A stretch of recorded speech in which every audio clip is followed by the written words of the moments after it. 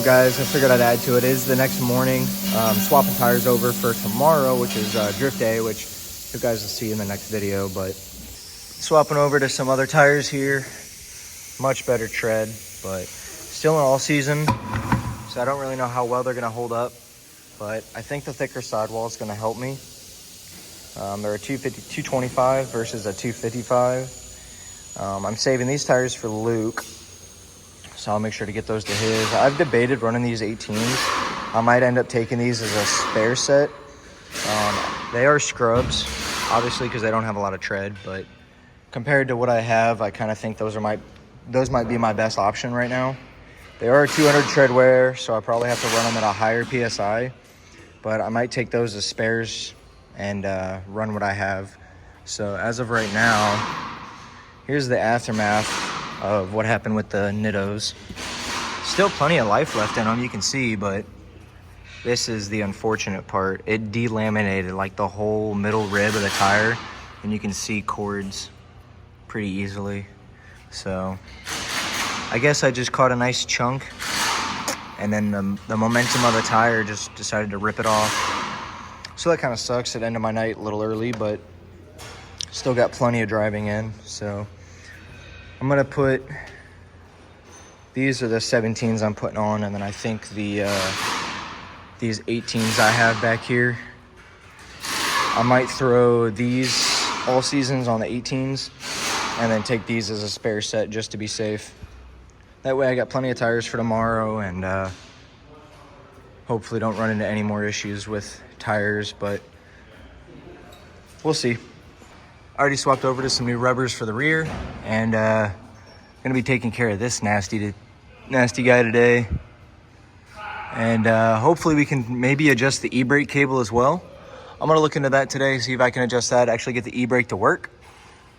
But gonna kind of do a rough pass through of everything underneath here, make sure everything's tight and whatnot. So just check over everything. But so far, car's working great on the track. Worked great last night, so gonna keep on keeping on with it, and hopefully no other issues arise. I know you guys saw last night I had a weird leak from the radiator.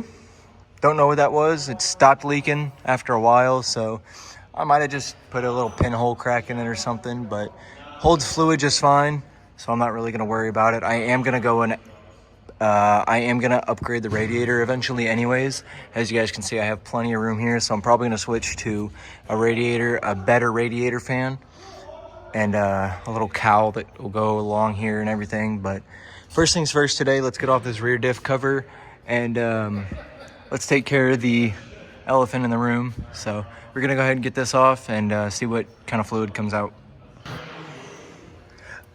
Well, I wish I would have gotten on video, but cover came off a little faster than I thought it would. It stinks. Like, this fluid is pretty gross. It stinks very, very much. So I'm gonna clean this off and put some more fluid in it and try not to gag while I do this, but diff doesn't look too bad. Teeth look okay, so that's a plus. You got the rear diff all cleaned up. Got all the stuff out of the bottom of it, cleaned it up real nice and neat. Clean up all the bolts as well. So I'm gonna go ahead and clean off this cover.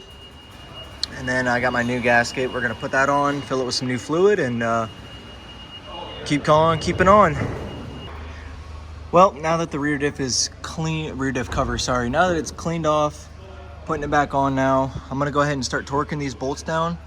And in the meantime, I'm obviously gonna clean off some of this excess RTV that's coming off of here. Boom. Too easy. But I'm gonna go ahead and torque these down into a star pattern, just like you would wheels and stuff like that. So I'm gonna go here, here, here, here, here, here, here, here, here, here, here. And I'm gonna torque them down with a torque wrench to 25 foot-pounds, and yeah, should be all good to go. Then we can fill it with fluid, which the fill hole's right here. Fill it with fluid and get going. All right, all of them are tight, so we're gonna just go around and double check. all the bolts.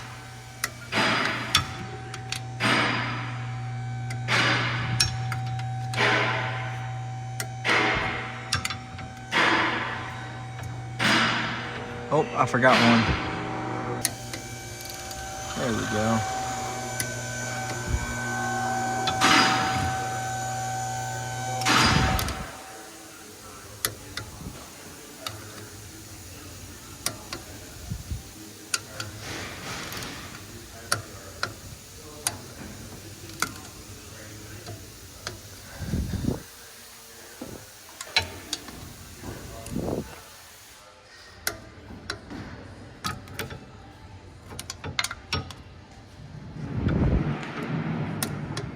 Cool. All those are torqued down, so go ahead and put that down. Grab my rag and just kind of go around and wipe it clean so that it looks good. It doesn't look like a fucking mess. But yeah, you can see new gasket's chilling in there. Pretty happy with it. Hopefully this time it doesn't leak everywhere, but might clean up the exterior, but honestly I don't really care at this point. That's clean and that's what matters. So I'm gonna go ahead and fill it with fluid and get it on the ground. All right, so I didn't end up actually showing you guys, but I did go ahead and fill it up with fluid. And I stopped by your local hardware store, you know, whatever you have. I went to AutoZone, picked up myself some 75 weight 140 full synthetic gear oil. And it took about 2.5 quarts in the rear diff and plugged it up. No big deal. The hole for it is actually a 3/8 inch, like just stick a 6-inch extension in there, crack it loose, and you're good to go. Make sure you clean off the magnet on the hole on the bolt though. But car's on the ground now, so next order of business, I am going to adjust the Ebrake cable because I don't have a working handbrake right now. So hopefully I can adjust it enough to where it'll lock up the rears like I want it to, but we're gonna find out. So car's on the ground now. I'm gonna hop in the driver's seat, start taking stuff apart.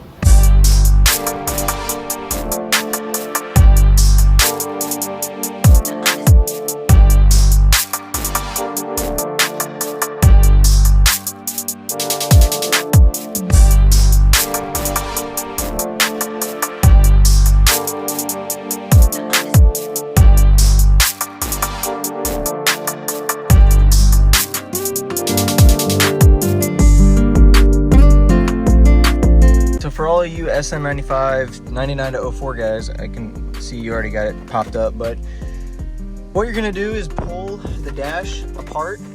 Well, not the dash, but the center console. You're gonna pull the side up and you're gonna spread it so it'll pass through the dash here and here. You're gonna spread it, get it up. Make sure you push your e-brake brute out of the way because it's not gonna clear. Make sure you have your e-brake up at the same time. And then you're just gonna lift up until it pops off. And you'll see it'll clear now. Obviously, continue to pop that out of the way. But once you have that popped out, it should just lift right on out. Go ahead and lift this guy on out. Make sure you watch your connections that are underneath here, under the cup holder. So I don't really know what is under here actually, but hopefully it's nothing super important. Can't really see under there though.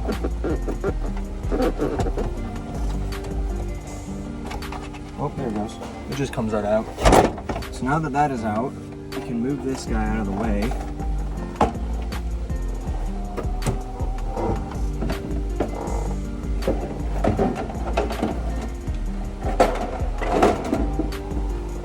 And now, we can just remove the not the axle. Yeah, we can remove the axle boot, guys. Remove the handbrake boot because it's destroyed and nasty. See that? Yeah. Hell yeah. So now, I have full access to my e-brake cable. That definitely, I mean, look at the play this thing has. The play this thing has is,